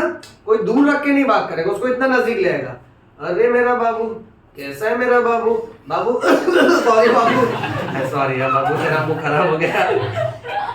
ये बहुत ही गलत है। आप मुंह के नजदीक मुंह रख के बात करोगे ना, आप सांस भी लोगे ना, उसमें भी वायरस बैक्टीरिया होता है जो तुम्हारा बॉडी चला के लेता है, क्योंकि तुम्हारे पास ढेर सारे एंटीबॉडी। हम लोग सर्दी, खांसी, बुखार, ये सब बीमार पड़ पड़ के हमारा इम्यूनिटी स्ट्रांग हो गया। बट बच्चा तो दुनिया में पहली बार आया, उसकी इम्यूनिटी कमजोर है एकदम। तो हम लोग जब सांस भी लेते हैं ना, बच्चे के अंदर बैक्टीरिया जाना चालू हो जाता है। और ऊपर से खांसना इज अ क्राइम। आप बच्चे के मुंह के नजदीक मुंह रख के खांस दिए। मैं तो रिक्वेस्ट करूंगा कॉन्स्टिट्यूशन से कि कोई ना कोई ऐसा मेडिकल प्रोविजन लाए कि भाई इनको पनिश करो, इसके वजह से बच्चे को तकलीफ हुआ। अब बच्चों को एक बार सर्दी हो गया, अगर छाती में ब्रीदिंग प्रॉब्लम हुआ, घरघराहट होने लगी, कितना प्रॉब्लम होता है। छोटे बच्चे को मास्क लगाना पड़ता है, फ्यूम्स देने पड़ते हैं, नेबुलाइजेशन देना पड़ता है। अब बच्चा लोग विलन किसको समझता है? डॉक्टर को, कि उसके पास जाएगा, ये सुई मारता है, ये मेरे को मास्क लगाता है, तो उनको लगता है हम लोग बेकार है।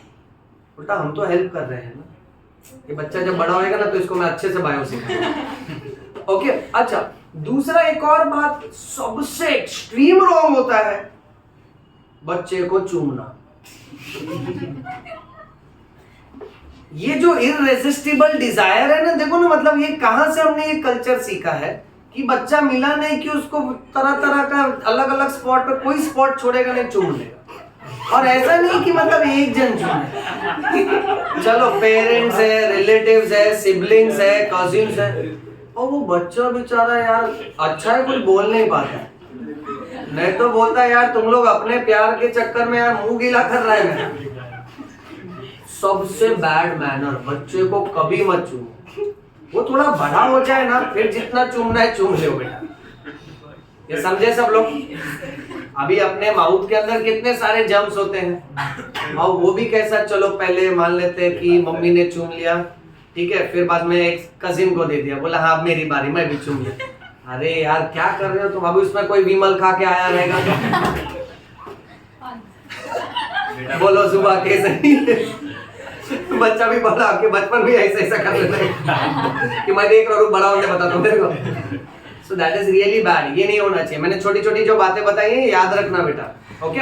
वो भी शुरुआत के 6 महीने तक तो बहुत इंपॉर्टेंट है। अब नेचर देखो कितना सोचता है, नेचर को मालूम था कि ये मॉडल को मैं मार्केट रिलीज कर रहा हूँ, बट लोग क्या है ना, इस नए मॉडल पे स्क्रैच तो मारेंगे ही, तरह तरह का इसके साथ ट्रेजेडी होएगा, ये बीमार पड़ेगा। चलो एक स्ट्रैटेजी बनाते हैं। मदर के ब्रेस्ट मिल्क के अंदर शुरुआत में कभी भी सफेद कलर का दूध नहीं निकलेगा, शुरुआत में हमेशा पीले रंग का दूध निकलता है। बहुत लोगों को ये मालूम ही नहीं होता है कि ये कोलेस्ट्रॉल में काम का है। मदर ने रेडीमेड फाइटिंग सोल्जर्स बनाए जो बच्चे के बॉडी में जाके उसको बचाते हैं। अब लोगों को क्या लगता है, ये पीले रंग का, ये तो पस है, ये तो कोई इन्फेक्शन है। बहुत सारी सास आके बहू से कहती है squeeze your breast, discard this, when white colour milk comes at that time feed the child. सोचो वो बच्चे जिनको कोलेस्ट्रॉल नहीं मिलता है ना, शुरुआत के 1 साल की उम्र में बहुत बीमार पड़ते हैं, क्योंकि उनके बॉडी में कोई पुलिस वाला नहीं है ना। ये समझे? एमसीक्यू सुनो। आईजी जो है ना, आईजी इम्यूनोग्लोब्यूलिन, इसके टाइप फिजिक्स के लेटर्स के हिसाब से नाम रखा है। IgA, IgD, IgE, IgM और IgG। इसको हम लोग शॉर्ट ट्रिक के हिसाब से बोलते हैं द गेम। क्या बोलते हैं? The game. IgD, IgG, IgA, IgM, IgE। सब सुन रहे हैं ध्यान से? फिजिक्स लेटर्स, D यानी delta, G gamma, A alpha, M mama, mu mu mu मालूम ना, और E फिजिक्स लेटर्स ये है, epsilon, mu, alpha, gamma, delta. अब तुमको एक्सपेक्ट करना, अगर ये सेक्शन से एमसीक्यू आया ना, एक लाइन ऑफ एमसीक्यू बहुत कॉमन होता है कि कोलेस्ट्रॉल कंटेन्स IG, फिर ऑप्शन आएगा IgA, IgG, IgM, IgE। तो याद रखना IgA। और ये IgA भी है ना, ये भी IG मतलब यार ये वो जैसे पुलिस में DIG ये सब पोस्ट होता है ना। सो IG यानी mother has lot of affection towards child when the child is inside the womb. तब भी मदर प्रोटेक्ट करती है उसको। When the child is outside the womb, moment the बच्चू is born, we all are happy, happy birthday to the बच्चू। But हमसे ज्यादा celebrate करता है bacteria, virus, fungus, protozoa, amoeba. ये लोग सब सेलिब्रेशन करते हैं, एक दूसरे को बताता है नया मॉडल आ गया मार्केट में, पहला मैं अटैक करेगा, मेरे बाद तुम लोग जाना अटैक करने को। अब इतने सारे जर्म्स जब बच्चे की तरफ गलत नजर रखते हैं, at that time the mother gets angry and she is like आईच्या गावात। आई इज आईच्या एंड जी फॉर गावात, यानी कोई भी अगर मेरे बच्चे की तरफ इन्फेक्शन वाली नजर से देखेगा, सो अल्टीमेटली ये आईजी उसको मारेगा। और इसमें भी आईजी अल्फा, अल्फा लेवल का जो फाइटिंग सोल्जर्स रहता है ना, ये बहुत ट्रेमेंडस फाइट करता है। ये समझे सब लोग? Yes sir. ओके, चलिए आगे बढ़ते हैं नेक्स्ट हॉर्मोन्स के कहानी की तरफ।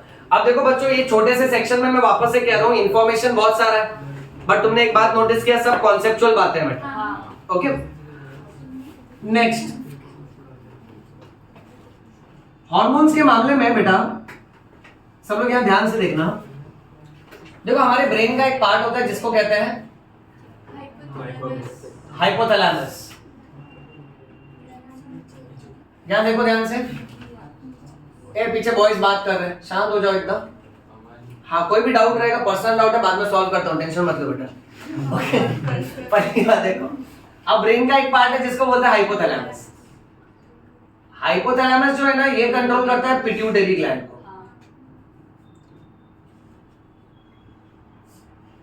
अब ये जिस पैटर्न से मैं लिखूंगा ना, दूर दूर तक किसी नोट्स में इस पैटर्न से लिखा नहीं है, उधर पैराग्राफ में एक दो लाइन इधर उधर आते रहता है।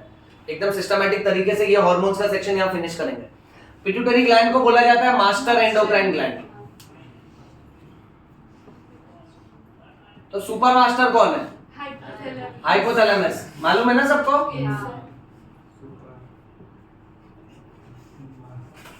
अच्छा, अब बात ऐसी है कि हाइपोथैलेमस से एक हार्मोन निकलता है जिसको बोलते हैं गोनाडोट्रोपिन रिलीजिंग हार्मोन। सुन रहा है ना तू? देखते जाओ। अब ये पिट्यूटरी को बोलता है चल तेरे पास जितना गोनाडोट्रोपिन नाम का हार्मोन है रिलीज कर। शॉर्ट फॉर्म में लिख देता हूं, गोनाडोट्रोपिन रिलीजिंग हार्मोन। ये कहां से निकला? हाइपोथैलेमस से। किसके पास गया? पिट्यूटरी ग्लैंड के पास। वहां से कौन सा हार्मोन निकलवाया? Gonadotropin hormone. ये गोनाडोट्रोपिन हार्मोन दो तरह का होता है, यहां से कहानी मालूम होना चाहिए। FSH और LH। FSH का फुल फॉर्म है फॉलिकल स्टिम्युलेटिंग हार्मोन। ये स्कूल सेक्शन में पढ़ा होगा। हाँ। देखो सब लोग ध्यान से, LH का फुल फॉर्म है ल्यूटेनाइजिंग हार्मोन।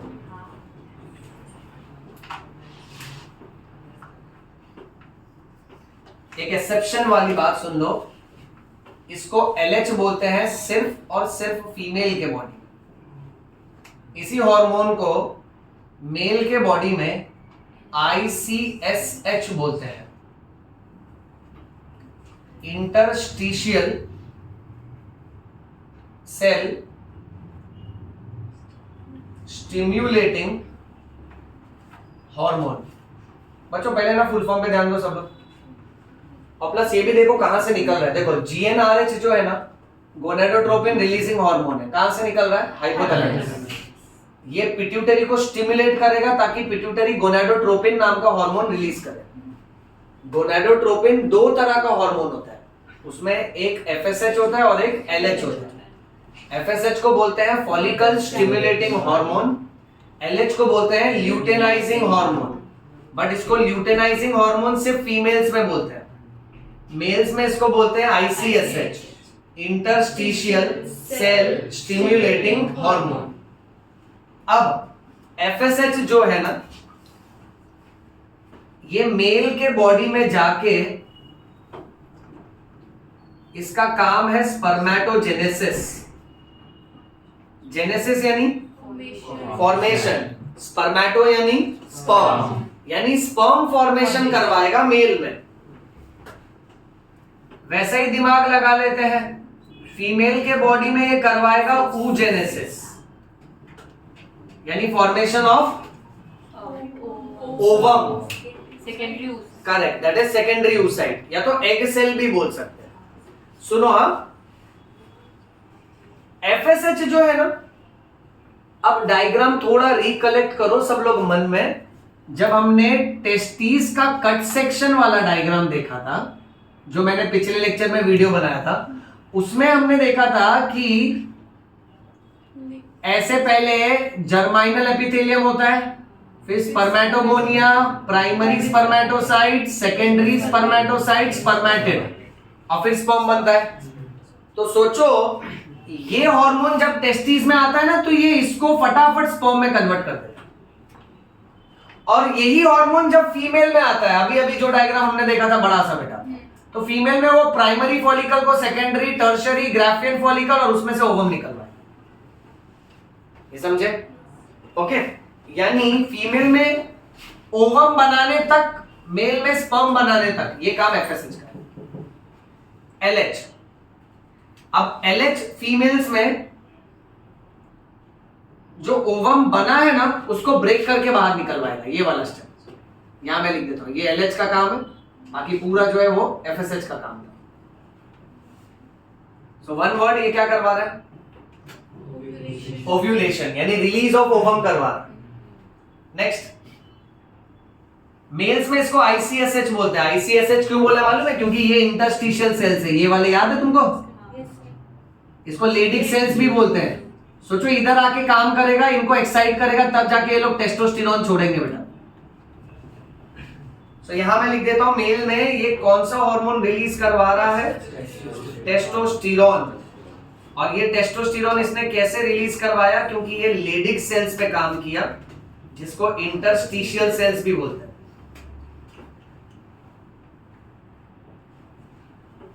ये समझा सबको? ओके, अच्छा, दूसरी बात, LH अगर ओव्यूलेशन करवा देगा, इसको फोड़ देगा, यानी एक तरह से LH फिर कॉर्पस ल्यूटियम बनाने में भी मदद कर रहा है ना। तो ये कॉर्पस ल्यूटियम पे जाके काम करेगा, और फीमेल में क्या रिलीज करवाएगा? प्रोजेस्टेरोन। FSH फीमेल में oogenesis करवा रहा था, यानी primary, secondary, tertiary, Graafian follicle, यहां तक बना के दे दिया ना। और ग्राफिन फॉलिकल के थेका इंटरना से क्या निकलता है? यानी FSH की जिम्मेदारी है कि वो ईस्ट्रोजन निकलवाएगा। यहां तक सब सेटअप रेडी कर देता है। हालांकि ईस्ट्रोजन तो ग्राफिन फॉलिकल के थेका इंटरना से निकलता है, और LH की जिम्मेदारी है कि वो फीमेल में प्रोजेस्टेरोन निकलवाता है। अब मैं वापस से कह रहा हूं कि यहाँ पे चाहे वो मिल्क वाले हॉर्मोन्स हो या वो सेक्स वाले हॉर्मोन्स हो, हम लोग ने इसको बहुत सिस्टमैटिक स्टडी किया बच्चों। इसका तुमको बेनिफिट तब नजर आएगा जब तुम कोई भी बुक पढ़ोगे ना, चाहे NCERT हो या गवर्नमेंट टेक्स्ट बुक हो, कोई भी पैराग्राफ कैसे भी हाई फाई इंग्लिश में लिखा रहेगा ना, तुम बोलोगे मेरे को समझ आएगा। क्योंकि दिमाग में ये फिट करना बहुत इंपॉर्टेंट है कि कौन से हार्मोन का क्या काम है। Am I clear बेटा? चलिए ठीक है, इसका भी फोटो ले लीजिए प्लीज। अभी एग्जैक्ट टाइम कितना हो रहा है? 7:43।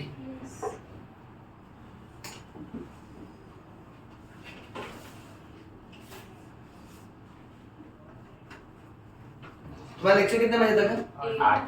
8 तक है ना। नेक्स्ट 15 मिनट का एक छोटा सा टॉपिक है, शूट कर लेते हैं, आगे कंटिन्यू। इतना समझा ना सबको कि थक गए सब लोग? नेक्स्ट 15 मिनट्स का एक छोटा सा पार्ट कर लेते हैं, ठीक है? चलो, अच्छी बात है, मजबूत बच्चा।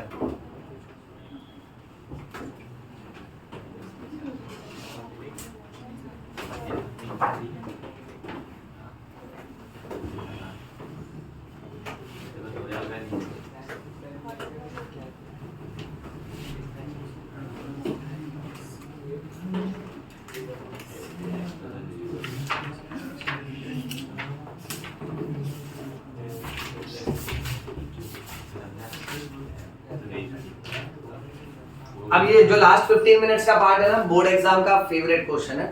ओके, यूजुअली बोर्ड एग्जाम में पूछते हैं Write a short note on the process of gametogenesis. Now my dear students, genesis का मतलब क्या होगा? Formation. And gameto का मतलब क्या? Gametes का मीनिंग बताओ क्या होता है? जर्म सेल्स बोल सकता हूं मैं इजी लैंग्वेज में, रिप्रोडक्टिव सेल्स भी बोल सकते हैं, नहीं जमेगा तो सेक्स सेल्स भी बोल सकते हैं ना। अच्छा, अब ये गैमेट्स तो दो ही तरह के होते हैं, तो लगाते हैं दो टाइटल। गैमेटोजेनेसिस दो टाइप का होगा, एक है स्पर्मेटोजेनेसिस और दूसरा oogenesis। मत करो ज्यादा, देखो यहाँ पे स्पर्मेटोजेनेसिस और oogenesis। हाँ, मजा ले रहे वर्ड्स का पाना। स्पर्मेटो में, स्पर्मेटो मतलब स्पर्म और सॉरी स्पर्म, और जेनेसिस यानी फॉर्मेशन। सुमित ध्यान दे रहा है ना बेटा? हाँ। नेक्स्ट oogenesis, ऊ मतलब ओवम, ऊ नहीं होता है। oogenesis फॉर्मेशन ऑफ ऊ, फॉर्मेशन ऑफ ओवम। अब देखिए बच्चों कैसा है ना कि दोनों, या तो कई बार गैमेटोजेनेसिस पूछ लेते हैं तो आपको ब्रीफ में डिस्क्राइब करना पड़ता है, या तो कई बार सिर्फ स्पर्मेटोजेनेसिस पूछते हैं, या तो फिर oogenesis पूछते हैं। ये दोनों कैसा है ना कि ये दो मार्क्स के लिए पूछते हैं अगर इंडिविजुअली पूछा तो, स्पर्मेटोजेनेसिस और oogenesis। अच्छा, अगेंस्ट दैट चलो ये बोर्ड्स को तो छोड़ो, एंट्रेंस में ना इसके बीच बीच के इंफॉर्मेशन पूछते हैं कि भाई कौन सा सेल किस में कन्वर्ट होगा। पहले सारा सीक्वेंस लिख लेते हैं। स्पर्मेटोजेनेसिस में सबसे पहले शुरुआत में जो सेल होता है उसे बोलते हैं जर्मिनल एपिथेलियम। जर्मिनल एपिथेलियम का जो सेल है वो डिवाइड होकर बनाता है नेक्स्ट लेयर ऑफ सेल जिसको बोलते हैं स्पर्मेटोगोनिया। स्पर्मेटोगोनिया का सेल डिवाइड होगा, बताओ, प्राइमरी स्पर्मेटोसाइट। याद है ना? हाँ सर। कि यादें दिलाऊं क्या? नहीं। अच्छा ओके। फिर इसके बाद नेक्स्ट बनेगा सेकेंडरी स्पर्मेटोसाइट। इसके बाद क्या बनेगा? स्पर्मेटिड बनेगा। स्कॉलर तो हो तुम लोग, सुमित इतने से स्मार्ट हो गए हो। कितने से? इतने से। हाँ, इतना भी बहुत होता है। हाँ, अब स्पर्मेटिड के बाद लास्ट में बनेगा स्पर्म। अब स्पर्म का अगर आधार कार्ड देखेगा, हाँ, तो उसका पूरा नाम है स्पर्मेटोजोआ। इतना याद हो गया सबको? अच्छा, इसके आगे का लॉजिक सुनो। शुरुआत के जो 3 लेयर ऑफ सेल्स हैं वो सब डिप्लॉयड होते हैं। डिप्लॉयड यानी डबल सेट ऑफ क्रोमोसोम्स, और लास्ट के 3 जो है वो हैप्लॉयड होते हैं। हैप्लॉयड यानी सिंगल सेट ऑफ क्रोमोसोम्स। मेरा बच्चा, जर्मिनल एपिथेलियम का एक सेल जब स्पर्म बना के देता है तो इस प्रोसेस को स्पर्मेटोजेनेसिस बोलते हैं। एनसीईआरटी इतना स्मार्ट है ना, एनसीईआरटी कहता है कि जब स्पर्मेटिड स्पर्म बना के देता है ना तो इसको स्पर्मियोजेनेसिस बोलते हैं। देख स्पेलिंग चेंज बेटा। स्पर्मेटोजेनेसिस यानी फर्स्ट से लेके लास्ट तक का स्टेप पूरा, बट स्पर्मियोजेनेसिस यानी सिर्फ सेकेंड लास्ट स्टेप में कन्वर्ट हो रहा है। एकदम क्लियर बेटा? अच्छा अब सुनो, टेस्टिस के अंदर ना ये स्पर्म बन रहा है, फिर वो स्पर्म क्या है ना टेस्टिस के अंदर बनने के बाद पाइप में जंप करता है, यानी बनने के बाद the sperm is released from the testis. उस प्रोसेस को बोलते हैं स्पर्मिएशन। इसको क्या बोलते हैं बेटा? स्पर्मिएशन। और जब वो मेल के पेनिस से ही बाहर निकल गया तो उसको बोलना है इजैक्यूलेशन। देख अभी 4 वर्ड्स आ गए बेटा। स्पर्मेटोजेनेसिस यानी फर्स्ट से लेके लास्ट तक का कन्वर्शन। स्पर्मियोजेनेसिस यानी सिर्फ सेकेंड लास्ट वाला जो स्टेप है स्पर्मेटिड, वो स्पर्म में कन्वर्ट होगा। स्पर्मिएशन यानी जो स्पर्म टेस्टिस के अंदर बना, अब वो टेस्टिस से रिलीज हुआ अपने पाइप में। तुमको मालूम है ना, वो वाजा इफ्रेंशिया, एपिडिडामिस, वाजा डिफरेंशिया, वैसा उसका कोर्स है ना। तो वो टेस्टिस से जब बाहर की तरफ रिलीज होगा तो हम लोग उसको स्पर्मिएशन बोलेंगे। बट स्पर्मिएशन में याद रखना अभी भी वो बॉडी के अंदर है, और जब वो यूरेथ्रा और पेनिस से ही बाहर निकल गया, मेल के बॉडी से बाहर निकल चुका है, तो उसको क्या बोलने का? इतना समझा अच्छे से? कोई कंफ्यूजन नहीं ना? ओके। और नीट में यहाँ माइटोसिस मियोसिस का कॉन्सेप्ट बनेगा। देखो अब 2n से 2n बन रहा है, तो भाई इस वाले सेल डिवीजन को माइटोसिस बोलेंगे, क्योंकि ये इक्वेशनल डिवीजन है बेटा। अच्छा 2n से वापस 2n बना तो ये भी माइटोसिस होगा बेटा, ये भी इक्वेशनल डिवीजन है। अब मेरा बेटा 2n से n हो गया, बट मियोसिस के तो दो पार्ट्स है ना, तो ये मियोसिस 1 हुआ। And you should know that meiosis 1 is reductional division, it will reduce the chromosomal number two half, but now you see that how much ever half it is, the same half is repeated, so this is equational division, so this is meiosis 2। meiosis 2 के बाद कोई cell division नहीं हो रहा है, सिर्फ rearrangement होता है, यानी सेल्स के अंदर के कुछ कंटेंट थोड़े से मॉडिफाई होते हैं, डेवलप होते हैं बेटा। तो आप सेल डिवीजन देख लो, जब भी प्राइमरी से सेकेंडरी बन रहा है 2n का n हो गया, वहां से मियोसिस चालू। सो यहां मियोसिस मियोसिस, ऊपर माइटोसिस माइटोसिस। एकदम क्लियरली समझा? थोड़ा ना अब इसको ड्रॉ करके अलग से सेम कॉन्सेप्ट का इंटरप्रिटेशन लेना पड़ेगा। यहां देखो, प्राइमरी स्पर्मेटोसाइट, ये प्राइमरी स्पर्मेटोसाइट सिंगल सेल होगा, ये हम लोग मेल का ड्रॉ कर रहे हैं, प्राइमरी स्पर्मेटोसाइट ड्रॉ किया। अब इसके साथ मियोसिस हुआ तो इसने दो सेल बनाया होगा, शॉर्ट में लिख दूं प्राइमरी स्पर्मेटोसाइट था, अब ये सेकेंडरी स्पर्मेटोसाइट, ये भी सेकेंडरी स्पर्मेटोसाइट। फिर मियोसिस 2 हो रहा है, यानी हर एक सेकेंडरी स्पर्मेटोसाइट फिर डिवाइड होएगा। अच्छा ये वाला डिप्लॉइड था और ये वाले हैप्लॉइड है, तब जाके ये लोग बना रहे स्पर्मेटिड। अब ये चारों भी क्या है? स्पर्मेटिड है। स्पर्मेटिड कैसा है? हैप्लॉइड। फिर कोई सेल डिवीजन नहीं हो रहा है, तो डायरेक्ट एरो से ही दिखा देता हूं। अब ये डायरेक्ट किस में कन्वर्ट हुआ? स्पर्म में। स्पर्म का हेड और टेल, ठीक बेटा? अब मजा आएगा थोड़ी देर में। यहां से देख, यहां से एकदम ध्यान से देखना, सुनो। 1 से 4 स्पर्म बना ना, फाइनली तुमने क्या नोटिस किया कि एक सेल अगर रहेगा ना इसमें का, तो ये 4 स्पर्म देगा। अब सेम चीज जब फीमेल के लिए पढ़ेंगे ना, तो पता चलेगा कि एक से सिर्फ एक ही बनेगा, क्योंकि बाकी के 3 सेल मर जाएंगे। जैसा कि आपने रिप्रोडक्शन इन प्लांट्स वाले चैप्टर में पढ़ा होगा कि प्लांट्स में भी सेम होता है कि जब पोलन ग्रेन बनता है ना, तो एक माइक्रोस्पोर मदर सेल से 4 माइक्रोस्पोर्स बनते हैं, यानी चारों पोलन ग्रेन बनते हैं। बट फीमेल में एक मेगास्पोर मदर सेल से 4 बनते हैं, बट 4 में से 3 डीजेनरेट हो जाते हैं, सिर्फ एक ही जिंदा रहता है, जिसको फंक्शनल मेगास्पोर बोलते हैं। कुदरत का नियम है कि मेल और फीमेल गैमेट में से मेल गैमेट को फीमेल गैमेट की तरफ जाना है। अब फीमेल गैमेट को थोड़ी कहीं जाना है, तो फीमेल गैमेट को इतना सारा नहीं बनाएगा कुदरत, फीमेल गैमेट को एक ही बनाएगा, क्योंकि वो अपने शरीर में इंतजार करेगी मेल गैमेट का। अब मेल गैमेट जब ट्रैवल करके आएगा तो रास्ते के दौरान आधे से ज्यादा मेल गैमेट मार दिए जाएंगे, जैसे कि स्पर्म वजाइना के एसिडिक पीएच के वजह से मार दिए जाते हैं।